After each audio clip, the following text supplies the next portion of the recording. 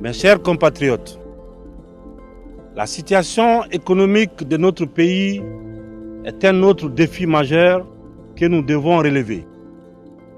La Guinée dispose de ressources naturelles abondantes, mais nous devons les exploiter de manière responsable et équitable au profit de tous les Guinéens. Nous sommes déterminés à lutter contre la corruption et à promouvoir la transparence dans la gestion des ressources publiques. Aujourd'hui, nous sommes arrivés à ces résultats, bien entendu, parce que nous avons une économie résiliente. Nous avons tout mis en œuvre pour que les finances publiques soient assainies. L'assainissement de ces finances publiques nous a permis de réaliser tous ces chantiers-là en moins de 2 ans.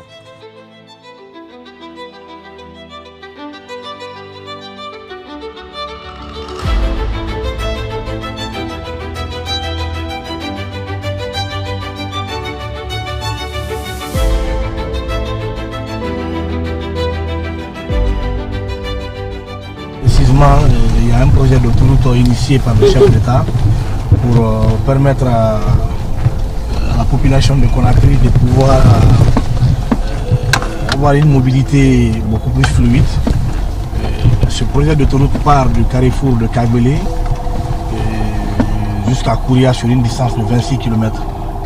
Et comme vous le savez, le comité interministériel mis en place sur les infrastructures, nous travaillons de façon théorique pour revoir tous les dossiers, mais également chaque week-end nous essayons aussi de venir sur le terrain pour voir un peu la cohérence entre ce que nous recevons comme information de la part des préfets et des maires par rapport au suivi de ces travaux, mais également des cadres du ministère des Travaux publics, venir faire le lien avec cela sur le terrain, avec ces mêmes autorités pour nous rassurer que le délai contractuel que nous avons présenté au chef de l'État puisse être respecté et que ces ouvrages puissent être livrés à la population pour lesquels nous travaillons.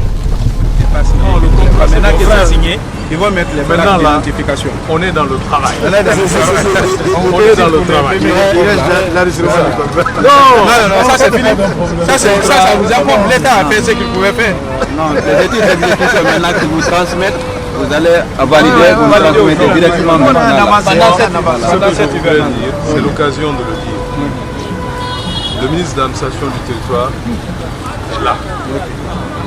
La manière dont ce projet-là est important pour, vous voyez, non, les 2 fois 2 voies, les transversales.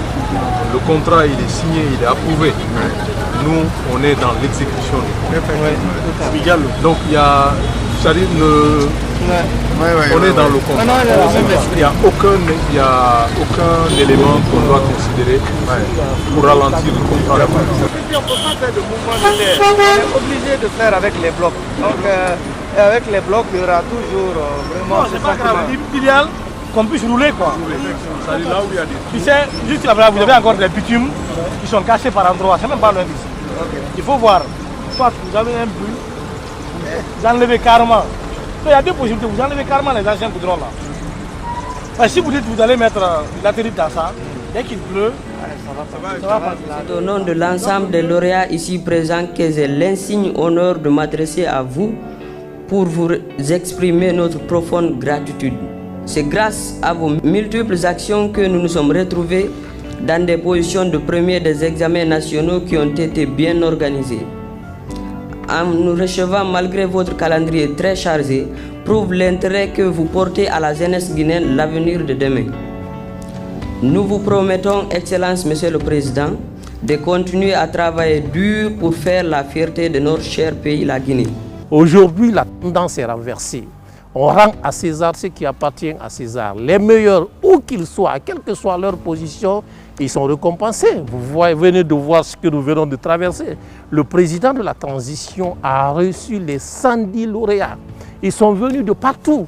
Le premier en sciences mathématiques, le premier de l'histoire de notre pays, avec 18,99 de moins, qui est venu de Zérékoré, une ville très reculée, était ici. Il a été reçu par le président de la République. Tous ont été récompensés par le président de la République. Ça, c'est pour dire quoi? Pour dire qu'aujourd'hui, quand tu travailles, tu as toute la chance de rencontrer le chef de l'État et cela pousse d'autres enfants aussi à en faire autant. Cela pousse d'autres enfants aussi à se surpasser. Et aujourd'hui, nous osons espérer que nous sommes sur la bonne trajectoire et cela se matérialise par cette prise de conscience généralisée au niveau des élèves. Tous les élèves ont compris, les enfants travaillent, les enfants s'adonnent à fond et les enseignants aussi, c'est le lieu de les féliciter, de les remercier. Et vous avez dû remarquer cette année, comparativement aux années précédentes, avant il y avait beaucoup d'élèves qui étaient éliminés. Beaucoup de cas de fraude, de téléphones saisis, ainsi de suite. Je voudrais préciser qu'actuellement la qualité de l'électricité à Moyenne-Guinée, même un petit téléphone, on a du mal à charger le téléphone. Quand on branche, compte tenu de la faible qualité de l'électricité, on ne peut pas très bien charger à un temps vraiment record. Mais actuellement, avec la mise en service, ça va faciliter, non seulement ça va améliorer la qualité de fourniture de l'électricité, mais aussi ça va permettre, ça va donner beaucoup de boom économique au niveau de la Moyenne-Guinée. En venant également à l'Abbé, le chef de l'État a choisi de venir communier avec les populations de l'Abbé au même titre qu'il a fait déjà pour certaines régions de la Guinée, pour dire qu'il est le chef de l'État de l'ensemble de la Guinée. Donc chaque fois que son temps le permettra, il consacrera une partie de son temps à une localité, sachant qu'il ne peut pas être partout au même moment. Également, c'est aussi une visite de prise de contact avec l'administration locale pour s'imprégner des réalités terrain et savoir si les instructions qui sont données sont effectivement respectées sur le terrain. Vous avez fait mention de quelques travaux d'infrastructure. Effectivement, ces travaux sont en train de se passer, et que ce soit à l'Abbé ici, mais également dans toutes les préfectures et régions de la Guinée. Pour parler spécifiquement des routes, pour cette année seulement, il a été prévu par le chef de l'État d'engager des travaux dans 11 villes de la Guinée.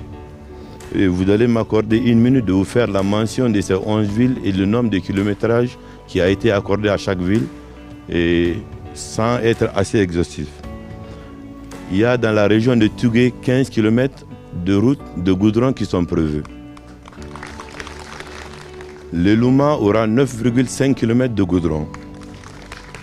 Koubia aura 9,3 km de goudron.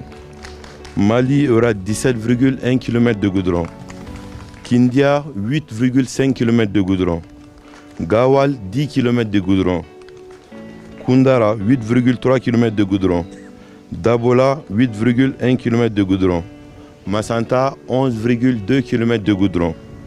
Yomu 11 km de goudron. Et enfin, Kerouané qui aura 11,33 km de goudron. Vous comprendrez que les chantiers de la refondation initiés par le chef de l'État ne se limitent pas qu'à Conakry, mais c'est au bénéfice de l'ensemble des populations. Le chef de l'État avait pris un engagement qui avait été prononcé par le ministre secrétaire général, le général Amara, pour dire l'Abbé, vous aurez le courant. Que l'Abbé, vous aurez le courant très prochainement. Et aujourd'hui, c'est chose faite. Aujourd'hui, c'est du concret. Nous sommes un gouvernement, pas de promesses, nous sommes un gouvernement qui concrétise les actions sur le terrain. Et vous voyez, ce n'est pas que dans le domaine de l'électricité, mais nous sommes dans le domaine non seulement des hôpitaux, dans le domaine des infrastructures. Aujourd'hui, nous parlons de l'électricité et tout cela concourt à l'amélioration des conditions de vie de nos concitoyens. Aujourd'hui, c'est un grand jour pour nous. Nous sommes en train de montrer au monde entier que nous pouvons faire face aux différents défis liés à ce projet par sa singularité, puisqu'on parle d'un projet intégré, infrastructure mine. On parle d'un projet où les CAPEX avoisinent entre 15 et 20 milliards. On parle d'un projet où il y a les enjeux pour les partenaires industriels. Il y a les enjeux pour notre pays, parce que le chef de l'État, dans sa vision, souhaite faire de ce projet un socle de développement pour pouvoir amorcer la dynamique qu'il a instaurée depuis le 5 septembre 2021 pour pouvoir accompagner le développement dans la refondation de notre pays. Nous sommes partis des différents points de divergence aujourd'hui où nous avons pu converger. Nous avons encore beaucoup de défis, Mais ma conviction est qu'il n'y a pas de raison que nous ne puissions pas réussir ce projet.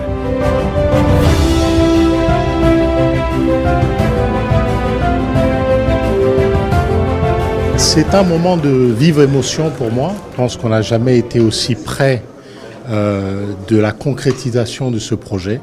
Cette fois-ci, on y est. On va le faire et je suis vraiment très ému de pouvoir assister à cette cérémonie. Aujourd'hui marque la date la plus importante dans le développement du projet Simandou. C'est-à-dire qu'après la signature de pacte actionnaire, nous allons commencer le vrai co-développement du projet Simandou. Conformément à nos engagements et aux engagements de nos partenaires, les fonds seront fournis par nos partenaires pour pouvoir progresser les travaux sur site. Le 25 mars 2022, on a signé l'accord cadre. Le 27 juillet, on a signé le statut de la co-entreprise qu'on appelle la Compagnie du Transguinéen. Le 22 décembre dernier, on a signé ce qu'on appelle le term sheet pour aller commencer la levée des fonds. Aujourd'hui, nous venons de signer le pacte d'actionnaires. Chacun voulait développer son infrastructure ferroviaire et portuaire. Et grâce à cet engagement, il a dit qu'on mutualise les deux projets ensemble dans le cadre d'une joint venture.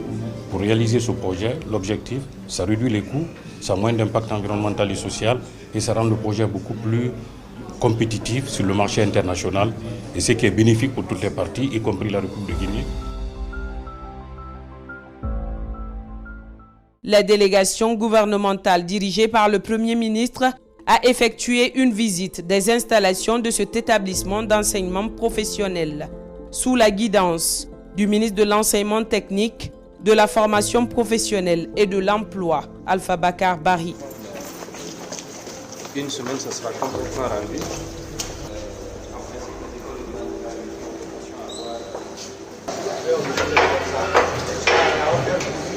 Après, on casse comme ça. Je viens également, je touche ma pièce. Je règle mon tambour d'azur. Je commence à faire l'opération.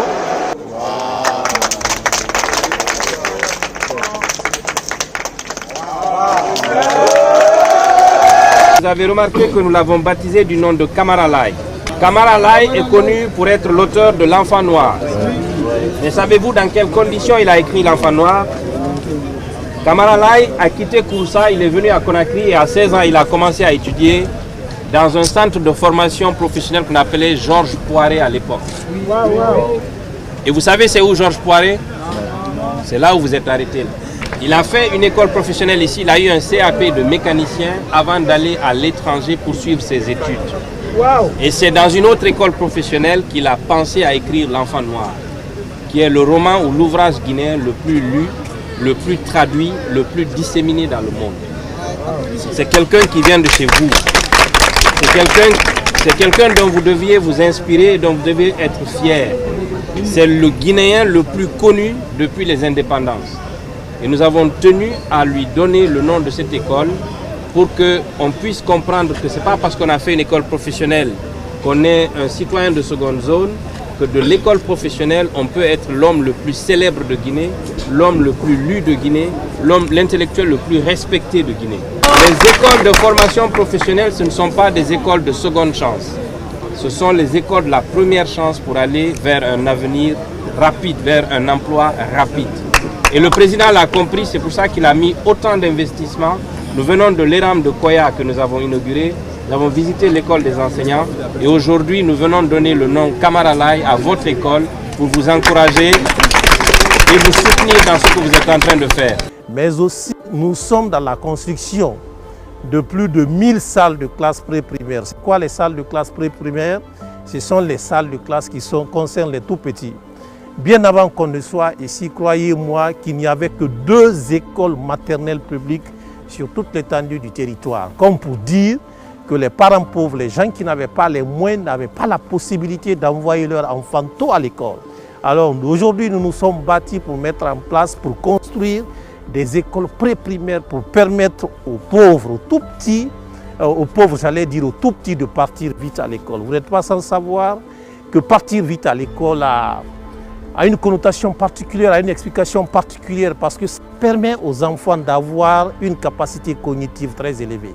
Quand un enfant qui va vite à l'école, par rapport à celui qui ne va pas vite à l'école, il y a une très grande différence. Aujourd'hui, alors cette barrière, ce fossé, nous avons cherché à remplir cela. C'est un acquis. Inch'Allah, à partir de l'année prochaine, les enfants, que tu sois fils du pauvre ou fils du riche, tu auras la possibilité d'aller vite à l'école. Dans la nouvelle configuration du gouvernement opérée le 18 novembre 2022, le gouvernement a été restructuré et le ministère du Plan et de la Coopération internationale a été mis en place pour mettre un accent fort sur la planification et le suivi de la mise en œuvre des politiques publiques et aussi pour coordonner l'intervention de nos partenaires techniques et financiers. Et aujourd'hui, nous travaillons fort à ce que nous ayons une dynamique, un processus assez clair pour tous les Guinéens, à savoir quand on commence la planification, d'où ça part et où ça finit et comment nous devons faire le suivi de la mise en œuvre de ces politiques publiques au fait. Les renforcements des liens bilatéraux avec certains pays, notamment le Japon, qui nous a aidé à avoir le pont de la Sumba, l'Institut national de santé publique et désormais le pont de Farana, quelques acquis majeurs. Nous avons également la coopération avec le Brésil qui se renforce pour nous aider au niveau de l'agriculture, des techniques et technologies utilisées chez eux. Nous avons également la coopération bilatérale avec les pays frères et amis qui sont tout autour, qui nous aident à avancer et sur lesquels nous nous basons pour améliorer notre capacité aussi. Oui, aéroport, monsieur le ministre, qui a été construit à la fin des années 30, début des années 40 et qui n'a presque jamais connu de véritables travaux de rénovation. Donc c'est un aéroport international très vieillissant. Tout à fait. Alors, tout comme d'ailleurs les aérodromes à l'intérieur du pays également. Donc, c'est pourquoi nous avons lancé ces vastes projets qui constituent aujourd'hui des priorités présidentielles à notre niveau. Et puis, alors, qu'est-ce que cela va apporter pour répondre de façon plus concrète à la question de Jean-Paul? Alors, premièrement, il faut savoir que une fois que ces aéroports sont réalisés au niveau de l'intérieur du pays, mais également l'aéroport international, cela va participer en fait à la croissance économique. Et justement, l'épine dorsale de cette croissance économique repose notamment sur les infrastructures aéroportuaires. Il est important justement de pouvoir faciliter la mobilité des personnes entre les différentes régions, d'une région à l'autre. Et nous avons lancé 4 aérodromes, c'est-à-dire l'aérodrome de Cancan, de Labé, des Zérékoré, de Farana. Mais il faut préciser, Ouar, qu'il y a également l'aéroport de Boké et de Kérouané qui seront mis à niveau et dont les travaux ont déjà démarré. Donc, à la fin de 12 mois, nous aurons 6 aérodromes, en fait, réhabilités. Oui. Alors, justement, monsieur le ministre, vous parlez de 12 mois. Jean-Paul, dans sa deuxième question, nous disait, voilà, les travaux vont durer 12 mois, 12 à 20 mois. On a l'habitude en Guinée de poser une première pierre et de rarement terminer les travaux. Est-ce que ces délais seront tenus, vous demande Jean-Paul? Bien évidemment que ces délais seront tenus. Juan Gomez a remarqué hier que nous avons inauguré, le gouvernement, le président a inauguré l'échangeur de Kabélé. Tous les travaux qui seront lancés pendant cette transition iront jusqu'au bout et seront réalisés et nous allons les suivre au pas à pas. Et c'est pourquoi d'ailleurs, au bout de 1 mois, je me rendrai dans ces régions-là pour voir un peu le niveau d'évolution de ces travaux-là. Imaginez-vous, aujourd'hui, la Guinée va bientôt fêter son anniversaire de l'indépendance le 2 octobre. Ça nous fera 65 ans d'indépendance.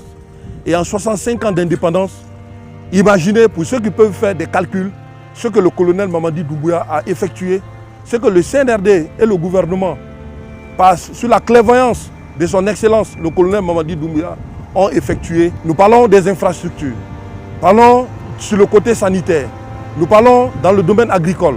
Pratiquement tous les domaines qui concourent à améliorer les conditions de vie de nos concitoyens, le colonel Mamadi Doumbouya a pris cet engagement fort et en 2 ans, vous voyez que cet engagement, tous les projets sont en train de sortir de terre. Et notre engagement, d'ici la fin de la transition, nous allons nous battre pour que tous les chantiers qui sont en cours puissent être réalisés à bon port. Je suis également avec un militaire, avec un soldat. Donc je suis à son école.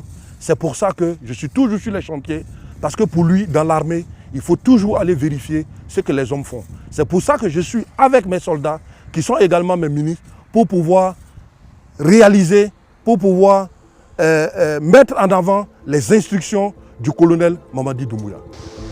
Et si vous voyez, avant le 5 septembre, le rôle des préfets s'est limité uniquement à la question de représentativité du ministère de l'Enseignement du territoire en lieu et place de leur rôle de dépositaire de l'autorité publique. Aujourd'hui, cela a changé. L'ensemble des services techniques déconcentrés des sociétés publiques, établissements publics, programmes et projets ont pour seule référence les préfets, les gouverneurs dans leur circonscription. Avant, c'est quelque chose qui n'était pas possible. Aussi, si avant on avait des préfets qui n'avaient pas le profil de l'administrateur territorial, aujourd'hui, grâce à la clairvoyance du chef de l'État, des centres de formation des cadres élus locaux sont en cours de construction dans l'ensemble des régions.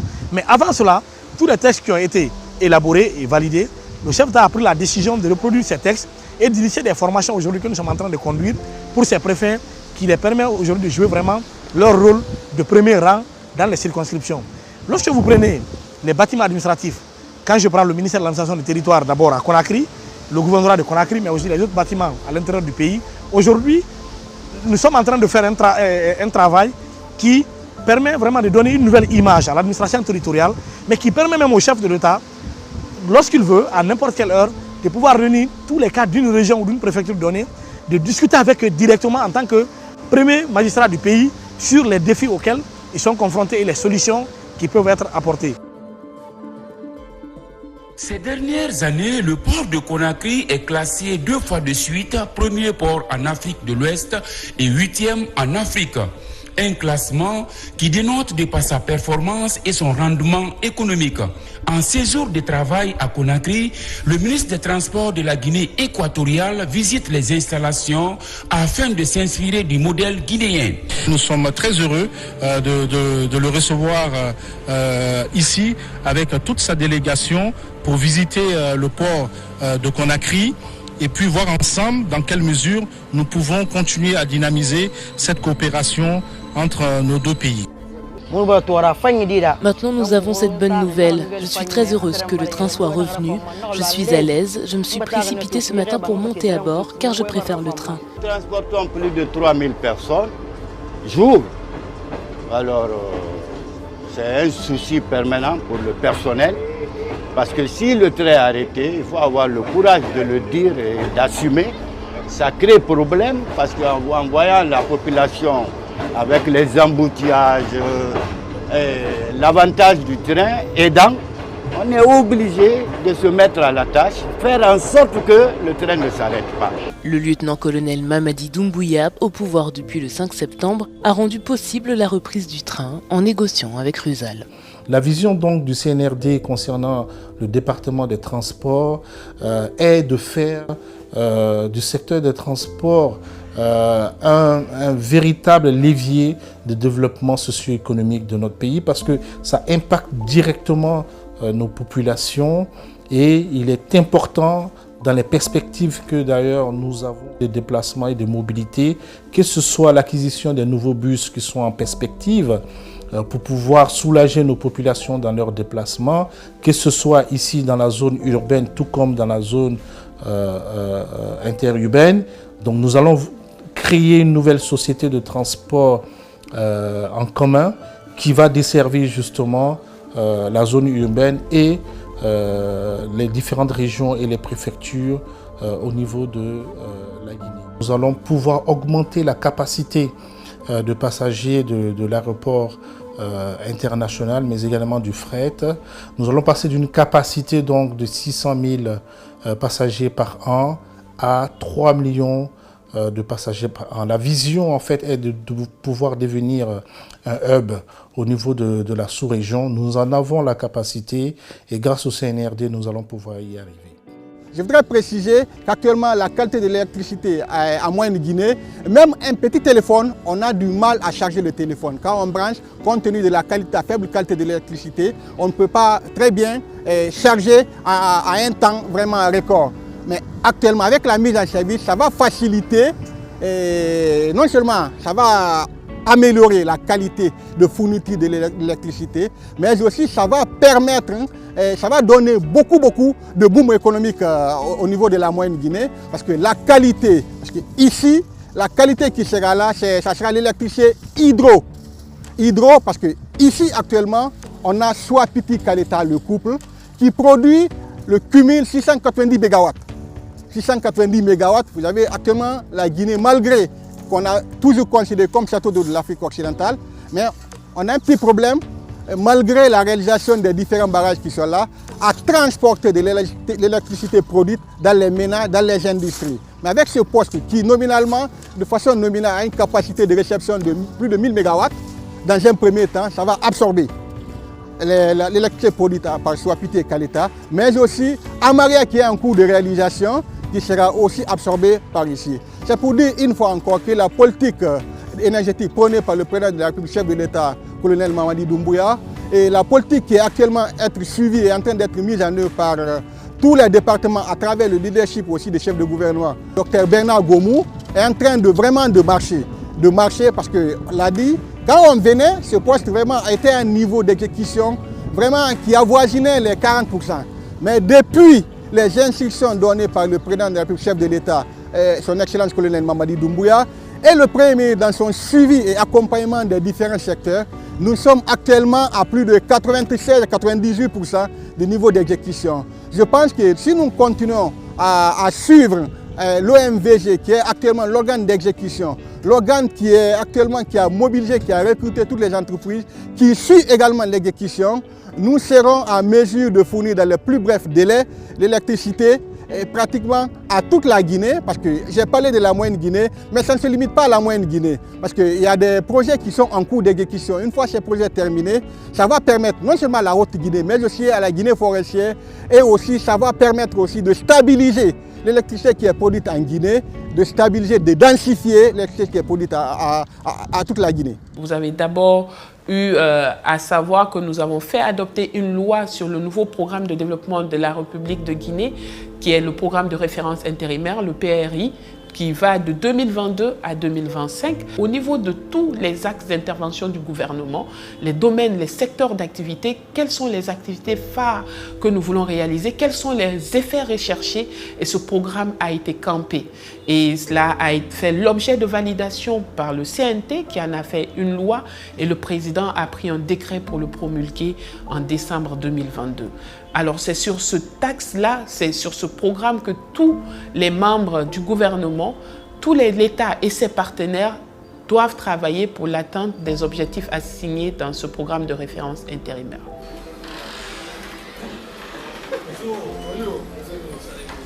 Cet exercice consiste à faire le point sur la bonne exécution des lettres de mission et la mise en œuvre des activités inscrites dans les plans d'action opérationnels des différents départements ministériels. L'évaluation est portée notamment sur le taux de décaissement du budget des projets et programmes, la mobilisation des revenus fiscaux et non fiscaux, la mise en place d'outils de bonne gouvernance et la digitalisation. On fait une évaluation pour savoir exactement qu'est-ce qui s'est passé, qu'est-ce qui a marché et qu'est-ce qui n'a pas marché, et quelles sont les raisons qui ont retardé tel ou tel secteur du processus. Et maintenant, quelles sont les perspectives à envisager pour que l'action gouvernementale prenne encore plus d'envol d'ici la fin de l'année. On doit désormais savoir que le poste de ministre, le poste de serviteur de l'État, en tout cas à ce niveau de responsabilité, il n'y a pas que, si vous voulez, le côté jouissance du pouvoir. Il y a aussi le côté responsabilité, il y a le côté redevabilité, le côté reddition des comptes. Bien entendu, vous avez vu que tous les ministres, ainsi que dans tous les départements ministériels, chaque ministre a signé un contrat de performance avec la primature. Ce contrat de performance, c'est effectivement rentre dans le cadre de la bonne gouvernance. Et dans la lettre de mission assignée par M. le Président de la République à la primature, écrit en lettres d'or, c'est la reddition des comptes et la redevabilité. De la bonne gouvernance réside au sein du gouvernement. C'est pour ça que tous les ministres ont eu, bien entendu, des plans d'action opérationnels, assortis des tableaux de suivi d'indicateurs de performance pour voir effectivement ce qui est fait. Aujourd'hui, nous sommes sur le site de l'ISSAN et le ministre de l'Énergie a, au niveau de sa lettre de mission, la mise en œuvre avant la fin de l'année 2023, la mise à disposition de ce poste de dispatching électrique de l'ISSAN. Et aujourd'hui, nous ne sommes même pas encore en décembre 2024 et ce poste-là a été réalisé parce qu'il y a un suivi et c'est ça la clairvoyance du colonel Mamadi Doumbouya.